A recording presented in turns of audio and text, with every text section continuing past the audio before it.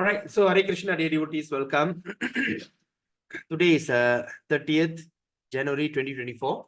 So we are here, we are continuing our discussion on Srimad Bhagavatam.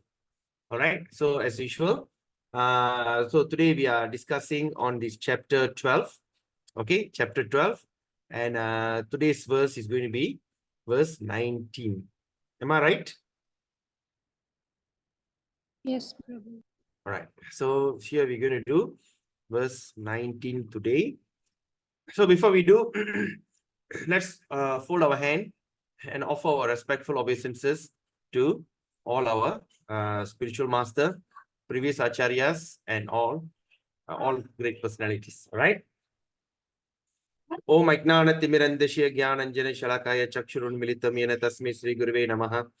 Sri Chaitanya Manobhistam Stapidam Yena Bhutale Swayam Rupa Kadamayam Dadati Sva Padantikam Vandeham Sri Guru Sri Yuta Padakamalam Sri Gurun Vaishnavamscha Sri Rupam Sagarajadam Shahagana Raghunathan Vidam Tam Sajivam Sat Vaitam Savaduta Parjana Saitam Krishna Chaitanya Devam Sri Radha Krishna Padan Sahagana Lalita Shri Vishakan Vidamscha Nama Om Vishnu Padaya Krishna Prishtaya Bhutale Srimadi Jaya Pataka Swami Tinamine Namacharya Padaya Nitai Kripa Pradayine Gaurakata Damadaya Nagara Gramatarine Nama Om Vishnu Padaya Krishna Prishtaya Bhutale Srimadi Bhakti Vedanta Swami Niti Namine Namaste Saraswati Devi Gauravani Pracharine Nirvishesha Shunyavadi Pasa Chiristarine Nama Om Vishnu Padaya Krishna Prishtaya Bhutale Srimadi Bhakti Siddhanta Saraswati Namine Shri Varshabhanavi Devi Daitaye Kripabdaye Krishna Sambandha Vignanatayine Prabhave Namaha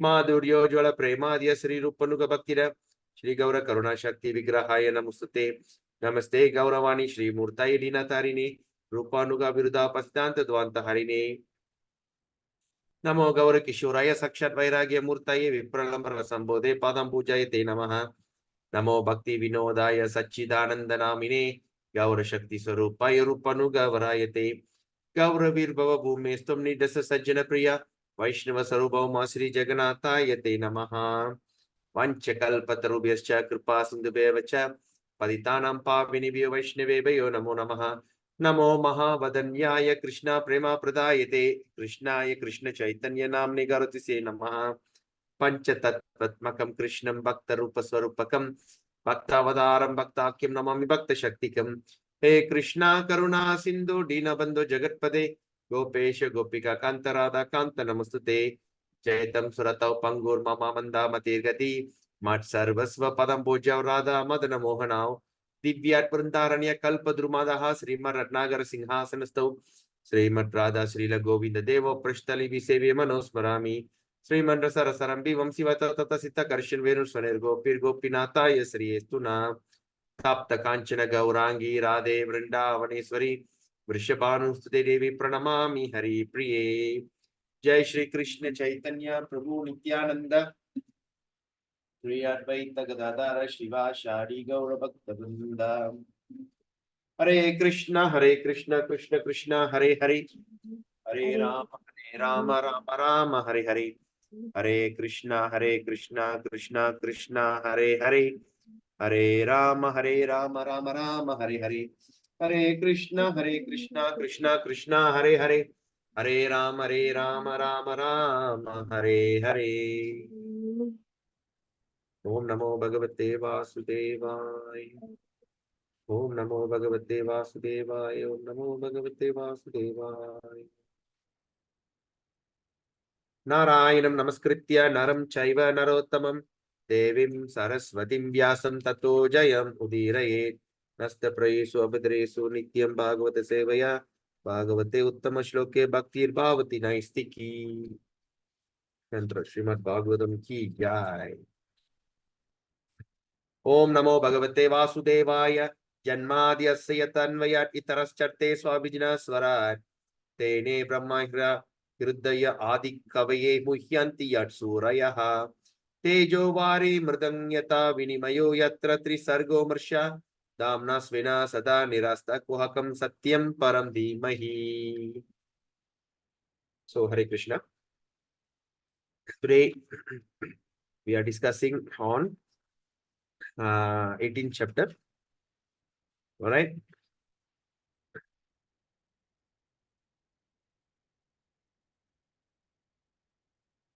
Okay. So, chapter 17. Okay, chapter 18. Are we in chapter 18? Oh, sorry, chapter 12. Sorry. Thinking about another class. All right, chapter 12.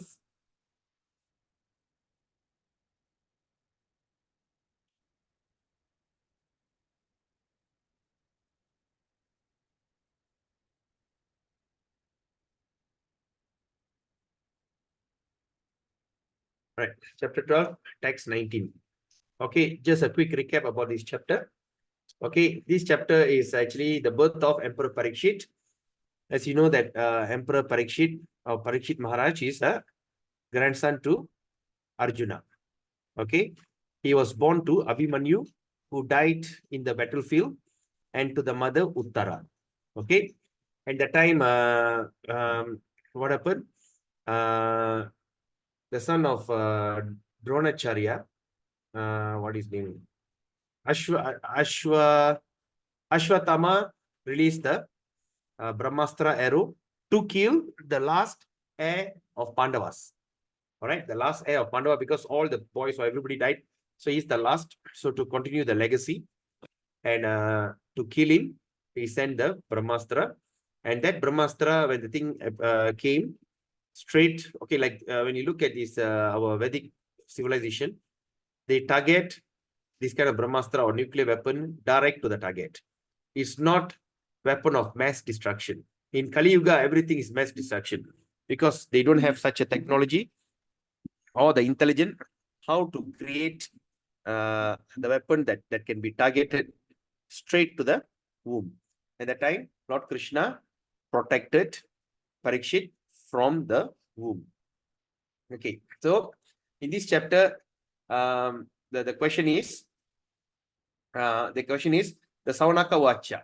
Okay, first verse, when you look at this first verse, Saunaka Vacha Ashvatamana Prashtretena Brahma Shrinoru Tejasa Uttaraya Hato Garbha Isena Jivinita Punaha. Right, what it says? Oh, sage, the sage Saunaka, the womb of Uttara, mother of Maharaj Parikshit, was spoiled by the dreadful and invincible. Invincible means Brahmastra weapon. That means the weapon can never be stopped. Released by Ashwatthama, but Maharaj Parikshit was saved by the Supreme Lord. Okay. So now the question is, how was great Emperor Parikshit was highly intelligent and great devotee born in that womb? Okay, because Maharaj Parikshit has all the quality of Krishna, Vishnu. And they were wondering how that this kind of great personality born from that womb. Okay, how did this death take place and what he achieved after death? Okay, so that was the question. If you go through this recap, you see all these questions. So now we just recap a few verses before. Okay, we look at 18. So now Sri Rajo Vacha Apyesha Vangshaya Rajarshin Punya Shlokan Mahatmanaha Anuvartita Svit Yashasha Sadhu Vadena Sattama. So now here it's asking a question. The good king Yudhishthira inquired, "Oh great soul, will he become a saintly king?" That means Maharaj Parikshit is already born, and now all the grandfathers, okay, grandfather, the head, the big grandfather is Yudhishthira Maharaj. So all were asking question. So will he become a saintly king, as pious in his very name, and as famous and glorified as his achievement, as others who appear in this great, and others who appear in this great royal family? So that's the question. All right, that's the question he asked. So now, after that, the naming ceremony. So now, what happened? The Brahmanas are giving, replying to Yudhishthira Maharaj reply. All right. Okay, let's do this. Brahmana Ucho Partha Prajavita Sakshat Ikshvakur Iva Manava Brahmanya Satya Sandascha Ramo Dasharadhiryata Brahmana Ucho Partha Prajavita Sakshat Ikshvakur Iva Manava Brahmanya Satya Sandhyascha Ramo Dasharadhiryataha Partha Prajavita Sakshat Ikshvakur Iva Manava Brahmanya Satya Sandhyascha Ramo Dasharadhiryataha. Anybody want to recite this verse? Me, Prabhu. Yes, please. Brahmana Uchu Partha Prajavita Sakshat Ikshvakur Iva Manavaha Brahmanya Satya Sadyascha Ramo Dasarathir Very nice. Very good. Saras Mataji, you want to try? Hey Prabhu, I'll try. Yes. Brahmana Usha Partha Prajavita Sakshat Isvakur Iva Manava Brahmanya Satya Satascha Ramota Sartir Yata. Hare Krishna Prabhu. Hare Krishna. Good try. Okay, it is going to be very interesting verse. So, Brahmana Ucho Partha Prajavita Sakshat Ikshvakur Eva Manava Brahmanya Satya Sandhyascha Ramo Dasharadhiryataha. Brahmana, the good Brahmanas.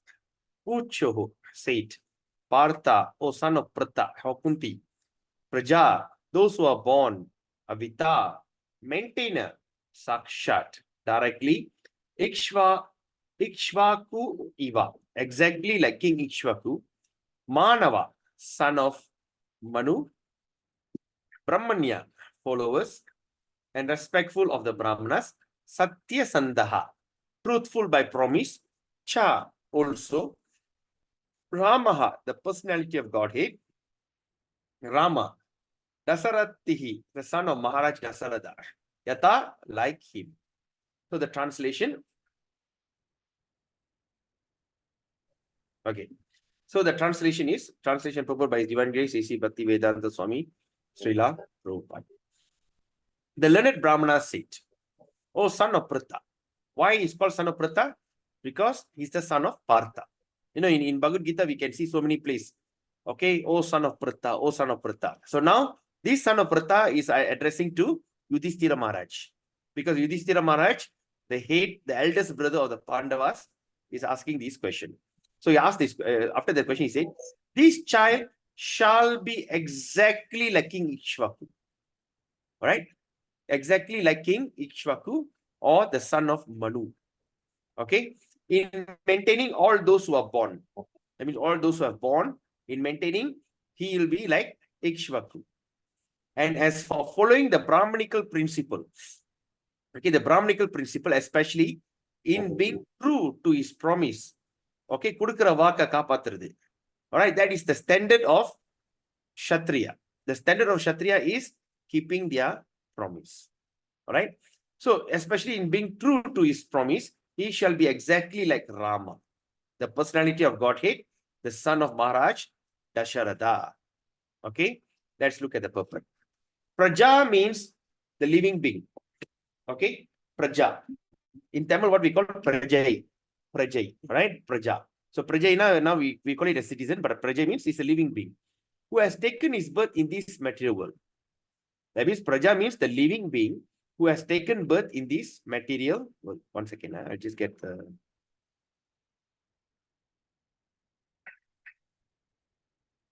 Oops, sorry.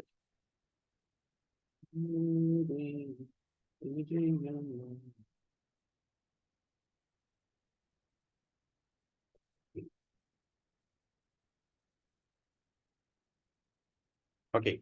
So Praja means the living being. So the word Praja means living being who has taken birth in this material world. All right. So this living being means it's not addressing to human being. It's living being, anything living. Actually, the living being has no birth. Okay. Actually, the living being has no birth. Okay. And no death. There's no birth and there's no death. Okay. But because of the separation from the service of the Lord, because of his separation from the service of the Lord, and due to his desire to lord it over the material world, he is offered a suitable body to satisfy his material sense desires. All right, let's discuss this. So, this, like what Prabhupada is mentioning here, living being has no birth, has no death. That means a person, you and I, everyone around us, no one born and no one dies. Because we as a soul, we are eternal. All right? We are Satchidananda. Krishna is known as Satchidananda. Satchit Ananda. Satchit, Sat means eternal. Chit means knowledge. Ananda means blissful. All right? Vigraha. And we also are Satchit Ananda. But the difference is Krishna is having all in full, but we having it in tiny drop, minute. Example, the difference between the vast ocean and a drop of seawater. Both are qualitatively one, but quantitatively they are different. All right. If you look at the salt water, even you go to the middle of the sea, you take the water and drink, it's still salty. Similarly, we also have that same spark.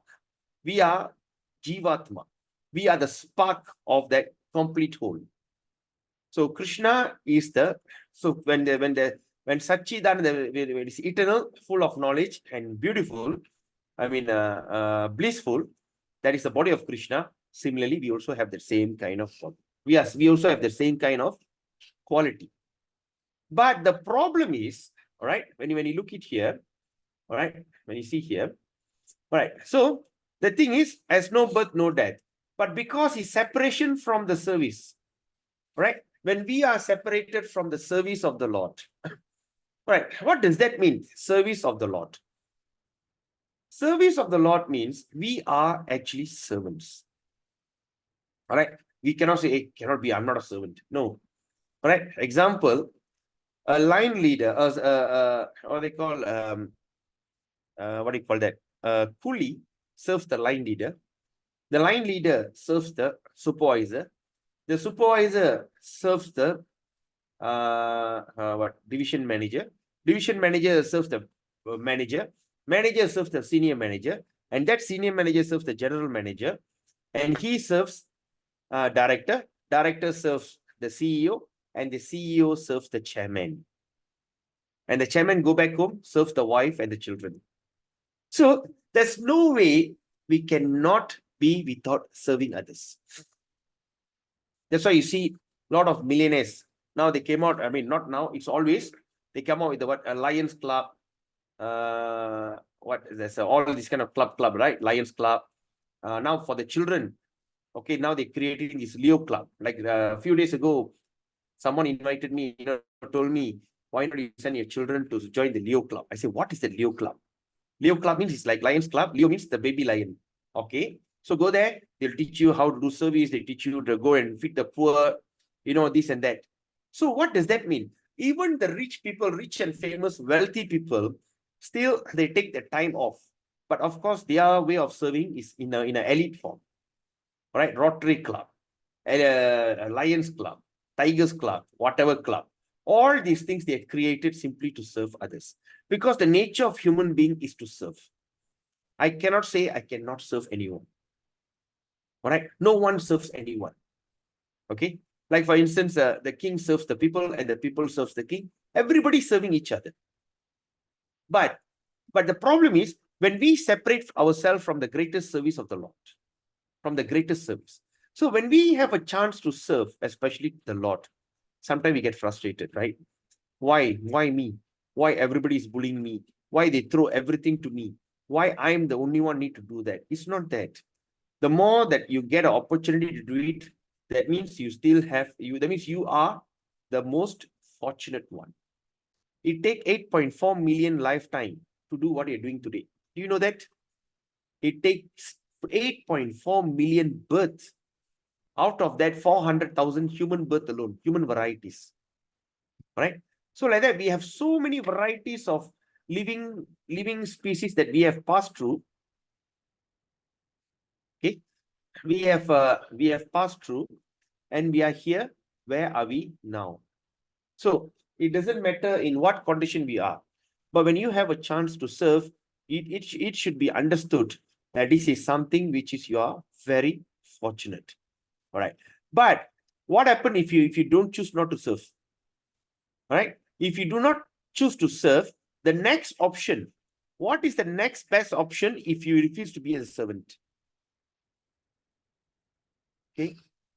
What is the next best option if you don't want to be a servant is to what?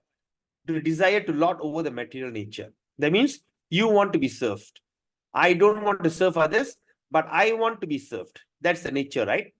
I want to be served. So that means if I want to be served means, in other words, I want to be the Lord. If someone serves me means I must be superior in order to be served. So that means if I don't want to serve anyone, but I want to be served, that means I have got a desire to lord over the material nature. What happened if this thing happened? So he is offered a suitable body to satisfy his material desires, right?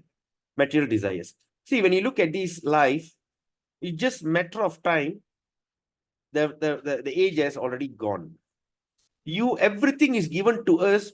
Example, okay, you want to enjoy in the human body, you're given a human body. But the problem is this human body is a combination of this material element which is perishable. It's just like made in China. It doesn't last long. Okay, it doesn't last long. It's just made in China. Maybe as you see, the quality of human life is diminishing. The expiry date is becoming even faster. People are now expiring age of 40, 50, 60. Those days, people live up to 80, 90, 100. I remember with the way my grandmother, my grandfather, my granduncle, everyone, they dies only of this one condition called heart attack. But now you see there's so many dreadful conditions. People are dying so miserably. So this kind of things is coming. So they are given a suitable body to enjoy. But the problem is we cannot enjoy as much as we want. Example, I love to eat. All right. I love to eat. Like you know, that recently there's one crazy kind of food has been offered now. All right. What in most sapad is something festival food or something like that. Right. They put one big banana leaf in the middle and they throw all varieties of meat in the middle. From fish to mutton, I don't know, whatever nonsense, everything is served on this thing. So 8, 9, 10 people will be sitting around and eating. They call it what Tirula sapad or something, some kind of terrible way of enjoying. Anyway, so there, my friend went, then I asked, so how was it? She said, oh, I was trying to eat, but until one moment, I couldn't tolerate. That means, in other words, even how strong desire you have, but you only can enjoy it to a limited pace, right? Example, now, like for instance, like many kinds of feelings, all right? Like for instance, man and it's like a sexual relationship. Or we talk about this friendly relationship. We talk about everything have so much of limitation. You cannot go on enjoying. It's just a limited, right? And then also they also given a lifespan. Maybe you can enjoy from 16, 20, maybe up to 30, 35. That's it. After that, you can't even think about it. After 35, you have to go. You can't even eat as much as you like. So that means, in other words, everything is given to us. Yeah, somebody's background. All right. So that means, in other words, everything given to us in a very limited pace and very temporary. So that's the body that given to us. So in doing so, one becomes conditioned. So that means what happened when we are living in this kind of thing, when we are start taking what they call when we are start to take this kind of experience, or we are gaining experience so and so, then after that we couldn't perform, we couldn't even think about it. What happened? We become lamenting. So the lamentation, oh, I wish I have that money, I wish I have that car, I wish I had married that girl, I wish I do this, I wish I had children, I wish I this, wish, all this lamentation. All right. So all that lamentation, all eventually creates conditioning. All right. person becomes conditioned. So in doing so, one becomes conditioned by the law of material nature. And the material body, okay, then after that, the material body is changed in terms of its own work. All right, it's all changed. Example, now randomly, like example, when a doctor go and do his MBBS, when a doctor go and do MBBS, he learn everything. He learn about from head to toe. All right, he learn about eyes, he learn ENT, ophthalmology, ENT. Then after that, you talk about lungs. Then you talk about heart. Then you talk about bones. Then you talk about stomach, right? Then gastro. Then they talk about what they call gynecology. Then what they call the urology, all right? All kind of logy. Then they study everything. They go through all these studies. After they go through all these things, then what happened? After they finish that, then they specify in one subject. So that means it depends in which subject he likes. So that means in particular, he choose one particular career and he start to specialize in it. He become a specialist.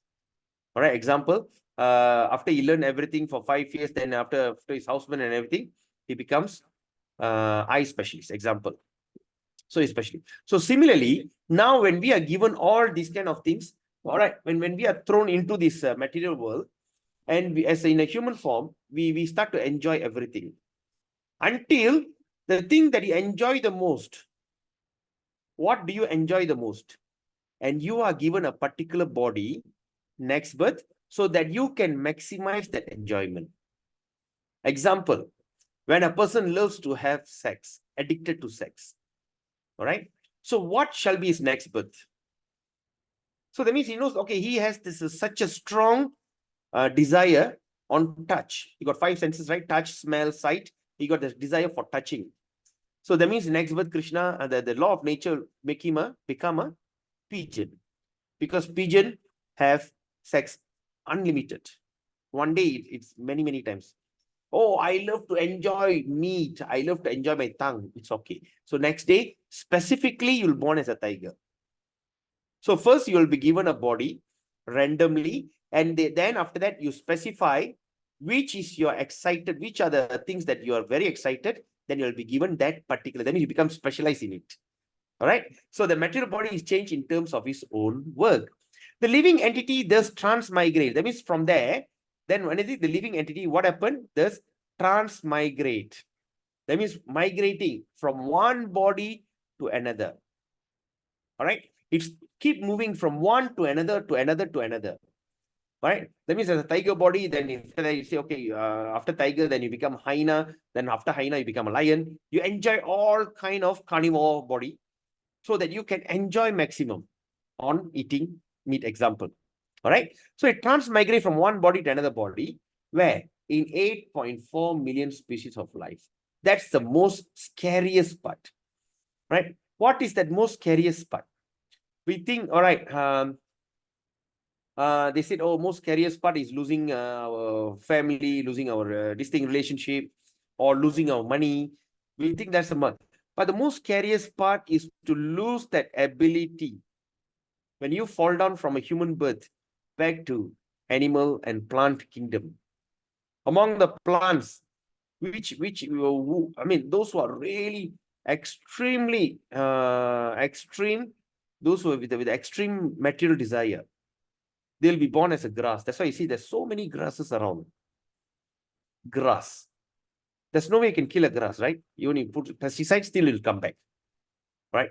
So grass. So like that, you pass through so many lives just because you want to enjoy. So if you really think about it, so what is that Bhagavatam is trying to tell you? Dharma projita kaitava atra. Give up all material, all religious process that is materially motivated. Like example, I do this kind of ritual, I do this kind of prayer, I take this kind of vow, so I can achieve these kind of things. It is not wrong. It's mentioned in Vedas. Right? Example, I want to go to India, I want to do some kind of ritual. I'm going to take Kavadi, I want to do some kind of ritual. It is not wrong. It's mentioned in the Vedas. But after mentioning everything, ultimately, after the instruction of Narada Muni to Vyasadeva, and Vyasadeva then he start to write this Brahma Sutra. All right, Brahma Sutra is what they call, he summarized everything. After Brahma Sutra is summarized, then after that, the spiritual master, what they call, what is his name? Narada Muni came and chastised him. Why are you still talking about material desire? Go straight to the point. And he churned that Brahma Sutra further, and he came, and he written, and he compiled Srimad Bhagavatam. Second verse, chapter 1, text 2. Dharma projita kaitava atra. Give up all varieties from the atra paramo nirma saranam satam. Give up all activity which is materially motivated in the name of religion. Dharma, religious, projita, kaitava, atra. Any religious process that's materially motivated, throw it away. And now you come to this pure devotional service, because we seriously want to live or want to get rid of this transmigration from one body to one body. It is not worth it at all. Imagine you go to the room, suddenly you see, like now I'm talking to Sally, it's a blackout. Everybody becomes panic. We are trying to like touch here and touch there, so scary. And imagine when a person born as a rat hides in one hole. Have you seen rat taking a stroll? From one hole, the floor run to another place, hiding place. That means all the animals only have hiding place, hideout. All right, they hide from here, they run there. From there, they hide another, like wild boar. That day I went for a jog. I saw that wild boar in Ipoh, what they call, polo ground. I saw one wild boar run, take something, run back to the hideout. So that means there's the nature of this thing. So imagine full of this thing. All right. But due to his being a part and parcel of the Lord, he is not only maintained, okay, because he's part and parcel, because he's part and parcel of the Lord, he's not only maintained with all necessities of life by the Lord, but also protected by the Lord and his representative, the saintly kings. All right. So that means because that we are also being part and parcel of the Lord, we are all maintained. We do not need to worry about maintenance. All right, we are not need to worry about, because everything is maintained. Every living entity, nothing dies out of starvation. All right, nothing dies out of starvation. Everything is some or other provided food, water sufficiently to maintain. But at the same time, the Lord also protects the devotee. All right. So protects means like what? Giving them awareness, giving them learning. Okay, that this is not the place for you. And how? By the Lord and his representative like our spiritual master. But of course, those days during that Vedic times, it was a saintly king, because for the saintly king, they ensure that all the subject is their what they call, they have lots of commitment to make sure that every living entity goes back home, back to Godhead. So these saintly kings give protection to all prajas. So the saintly kings give protection to all the prajas, all living beings. Okay, to live and to fulfill the terms of imprisonment. That means what? To live and to fulfill their terms of imprisonment. What does that mean? That means we are actually here imprisoned because we start to have desire. Imagine when you are working as a king. Okay, example, you go to that, like today that Agong has already left. There's a new Agong coming in. All right. Suddenly you go to the Agong and say, hey, Agong, I would like to enjoy like you. What should I do? What is the next thing will happen to you? Did you ask something wrong? No. When we talk about in modern term, you're talking about your rights as a citizen, as an individual. When the king is enjoying life like that, why shouldn't I? But can I go to the king and say, hey, king, can I enjoy like you?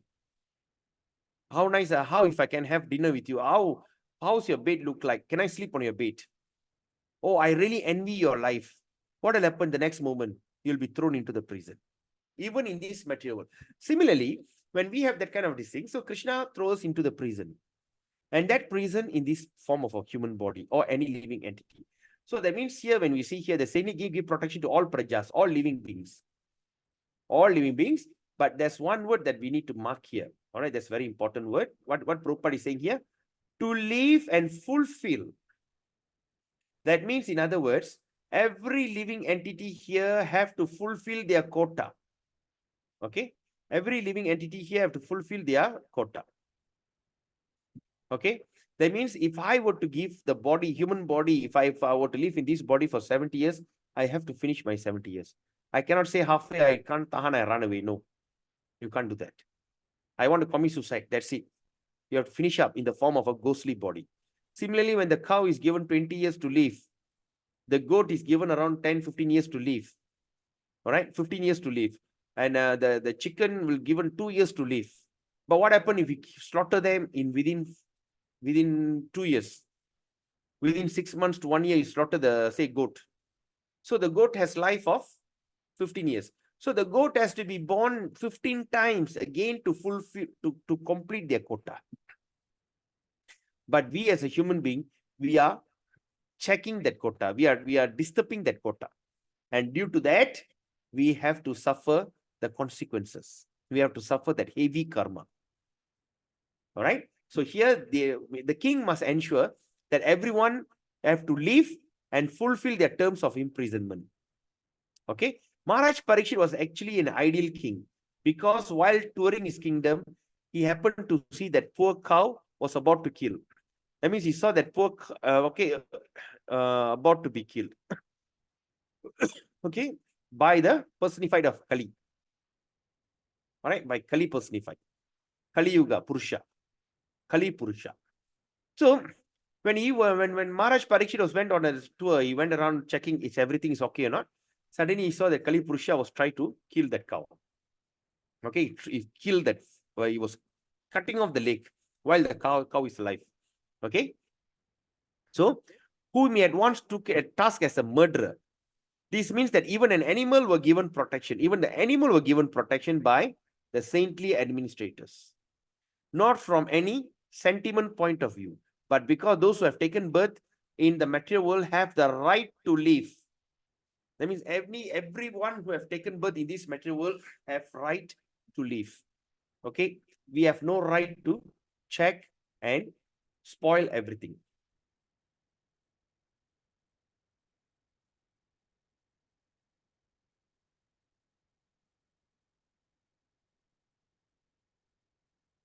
Okay, so they have right to live. All the saintly kings, beginning from the king of the sun globe down to sun globe means what? Vivaswan. Vivaswan. And the king of the sun globe down to the king of earth are so inclined by the influence of Vedic literature. They are so inclined, okay, by the influence of Vedic literatures. The Vedic literature are taught in higher planets also. As the reference in Bhagavad Gita 4.1, what he says about the teaching of the sun god Vivaswan. Remember, Krishna says, I've initially thought this to Vivaswan, sun god. And Vivaswan in turn explained to Ikshvaku. Like that, the parambara was broken. That's why I came back again and teach you. All right? So it's 4.1. If you have a Bhagavad Gita, you can refer. About the teaching of the sun god to the Lord. And such lessons are transferred by disciplic succession. It comes under parampara. And it is done by the sun god to his son Manu, and from Manu, Maharaj Ikshvaku. Okay? Are the 14 Manus in the day of Brahma.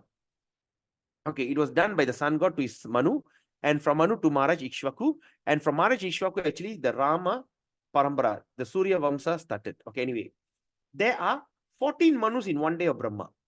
Okay, in one day of Brahma, there are 14 Manus. Okay, and the Manus referred here. That's why I call Manu, and Manu is the forefather, the creator of man. That's why we are known as Manusiya. Manushan. Man. All right, Manu. Referred to herein as seventh Manu. So now the current Manu that we have is the seventh Manu, who is one of the Prajapatis, those who create progeny. And he is the son of sun god. He is known as Vaivasvata Manu. He had 10 sons, and Maharaj Ikshvaku is one of them. Maharaj Ikshvaku also learned Bhakti Yoga as taught in Bhagavad Gita from his father Manu. Okay, one second. Let me pull down.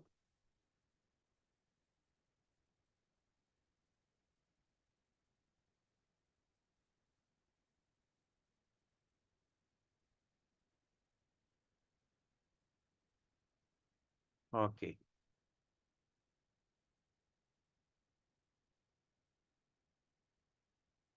Right. So, referred here in the Manu, and one of the Prajapatis, those who have created progeny, and is the son of sun god, is known as Vaivasvata. Sun god. Okay. All right. And later the teaching of Bhagavad Gita come down from the by the disciplic succession from Maharaj Ikshvaku, but in course of the time, it was broken by unscrupulous person. Okay, what is unscrupulous? Suddenly, when people come and stop teaching and they create wrong what they call translation and everything, they got broken. Therefore, it again had been taught. So it has been taught to Arjuna on the battlefield of Kurukshetra. So all the Vedic literature are currently from the very beginning of the creation. So what we can understand from here, Prabhupada is telling, that means all that Vedic literature are currently from the very beginning of creation of the material world. And thus the Vedic literature are known as Aparushaya. Aparushaya. That means all the Vedic literature is known as what? Aparushaya. Okay, you can memorize these things. Huh? What is Aparushaya means? Not made by men. It's not written by men. Okay, there's a lot of comments by the haters, right? They say that what they call the Vedas are written by human beings. But now we understand from here, the Vedic literature is not written by human beings. It's Aparushaya. That means not made by men. The Vedic knowledge was spoken by the Lord and first heard by Brahma. So it was spoken by the Lord and first heard by Brahma, the first created living being within the universe. All right. So any questions so far?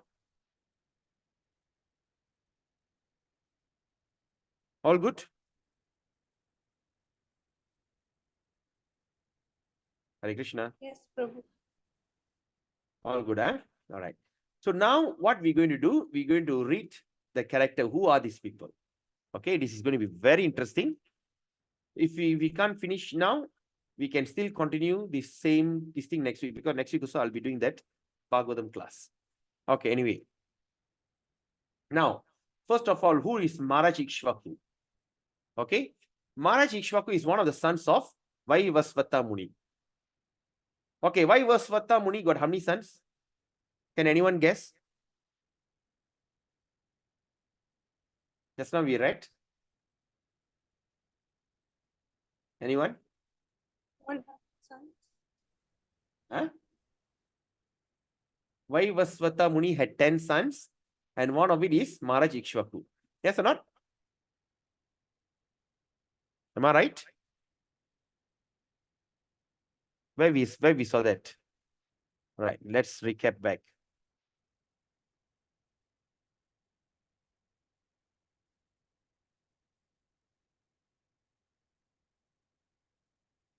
All right.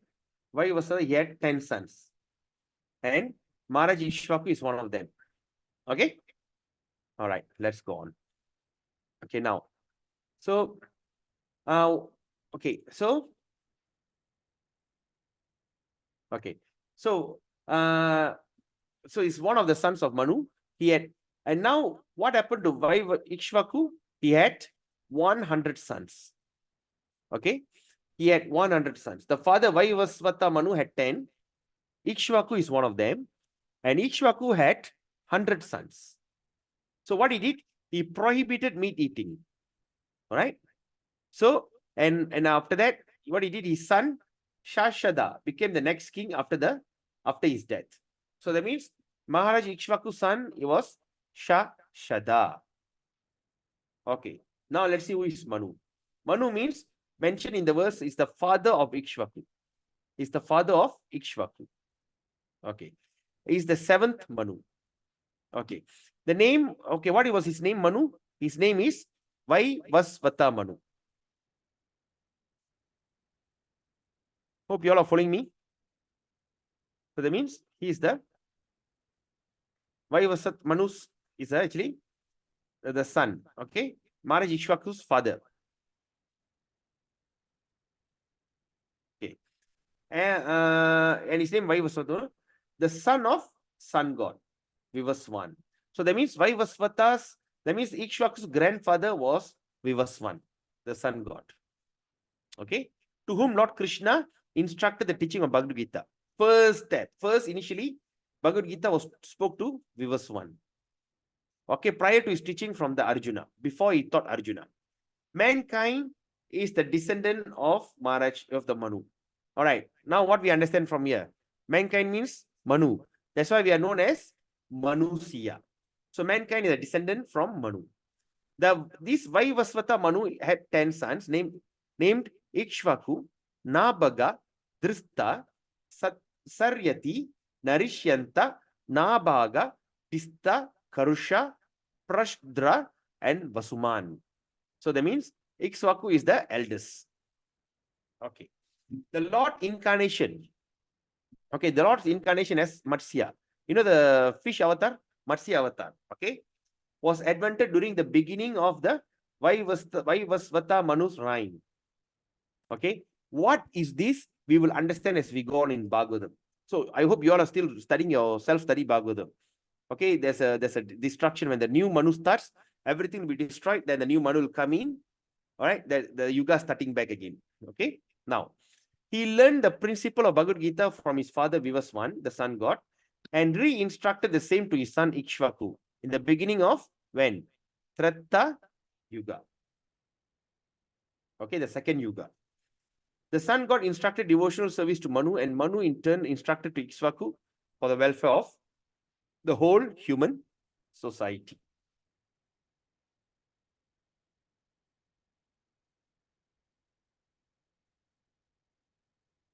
Okay.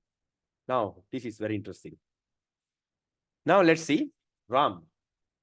Okay, who is Lord Ram? Okay, Lord Rama. Okay, can you see the word Rama? Okay, Rama, right? The Supreme Personality of Godhead, incarnation himself as Sri. Yes, yes, Mataji. Vaishnavi Naidu Mataji, you raised your hand.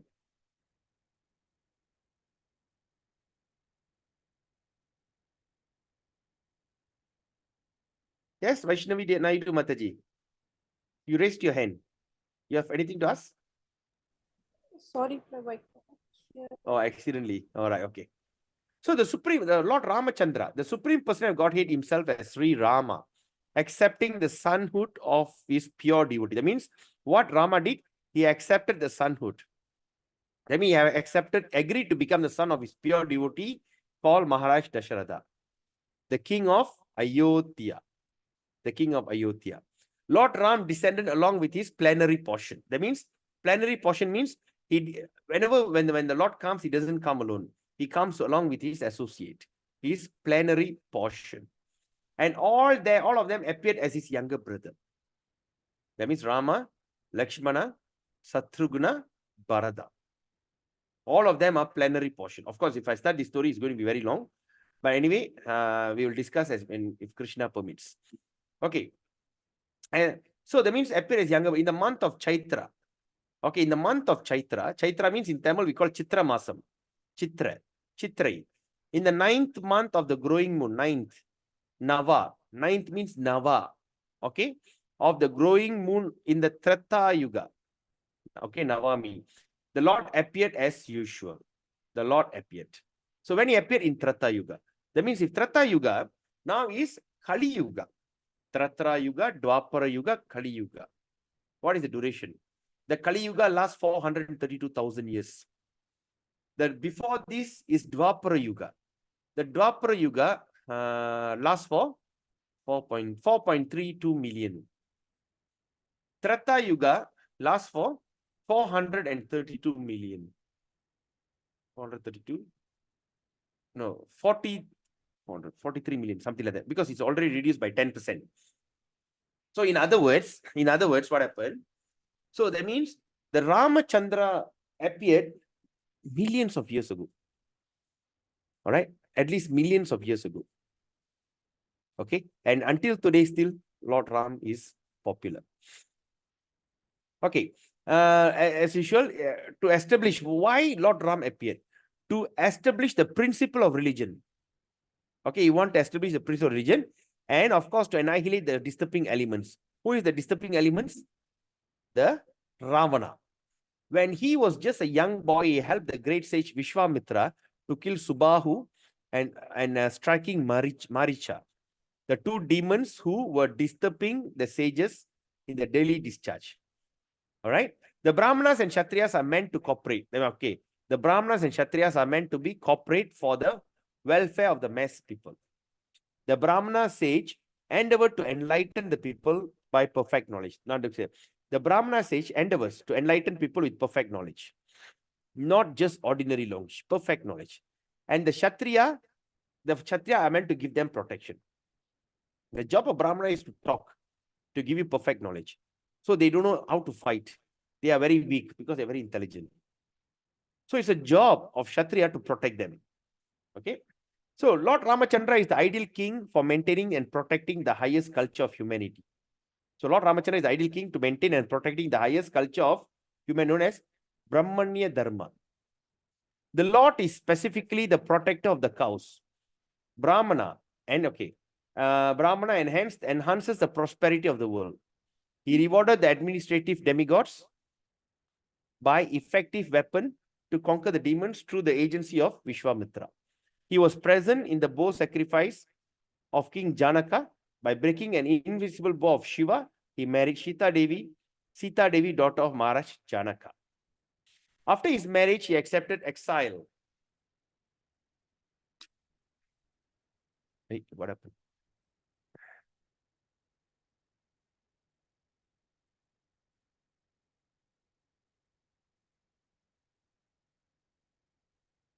All right.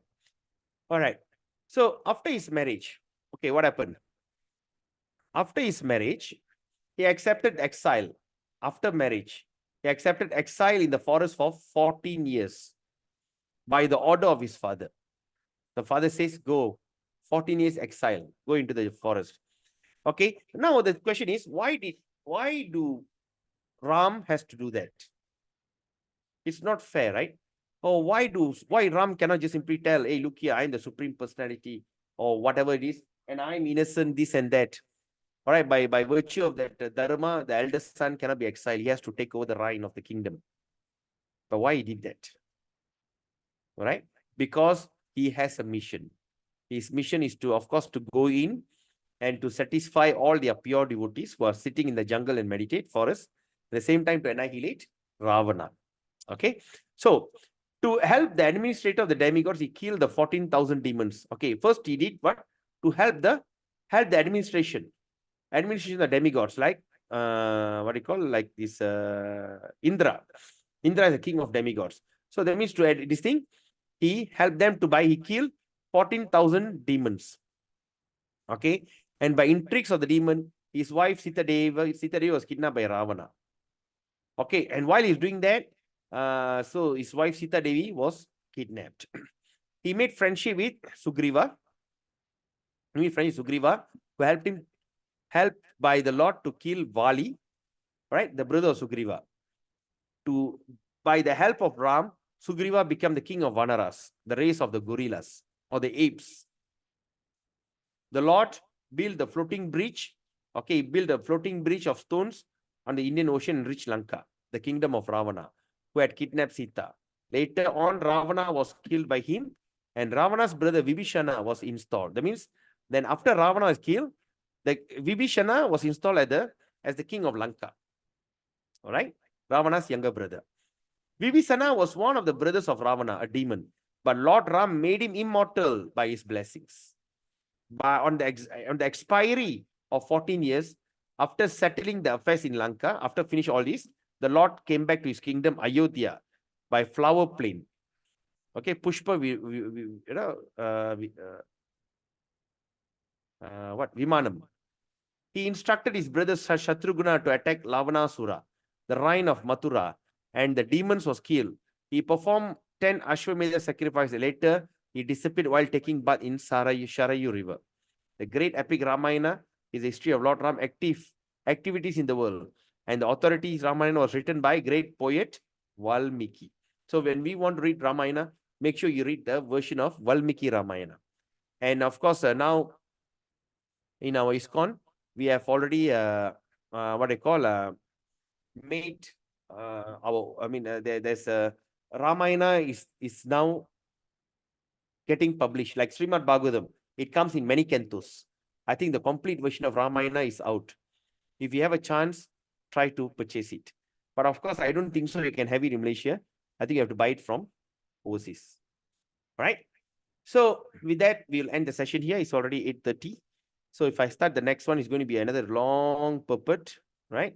So next week we discuss on text 20.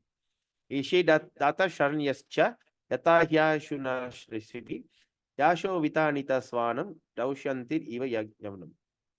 It says the child will be munificent, donor of charity, protector and of the surrendered, like the famous King Shibi of the Ushinara country.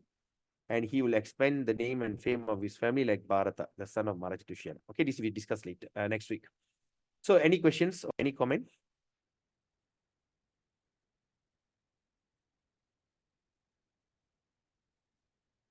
All good? Yes. Itikash.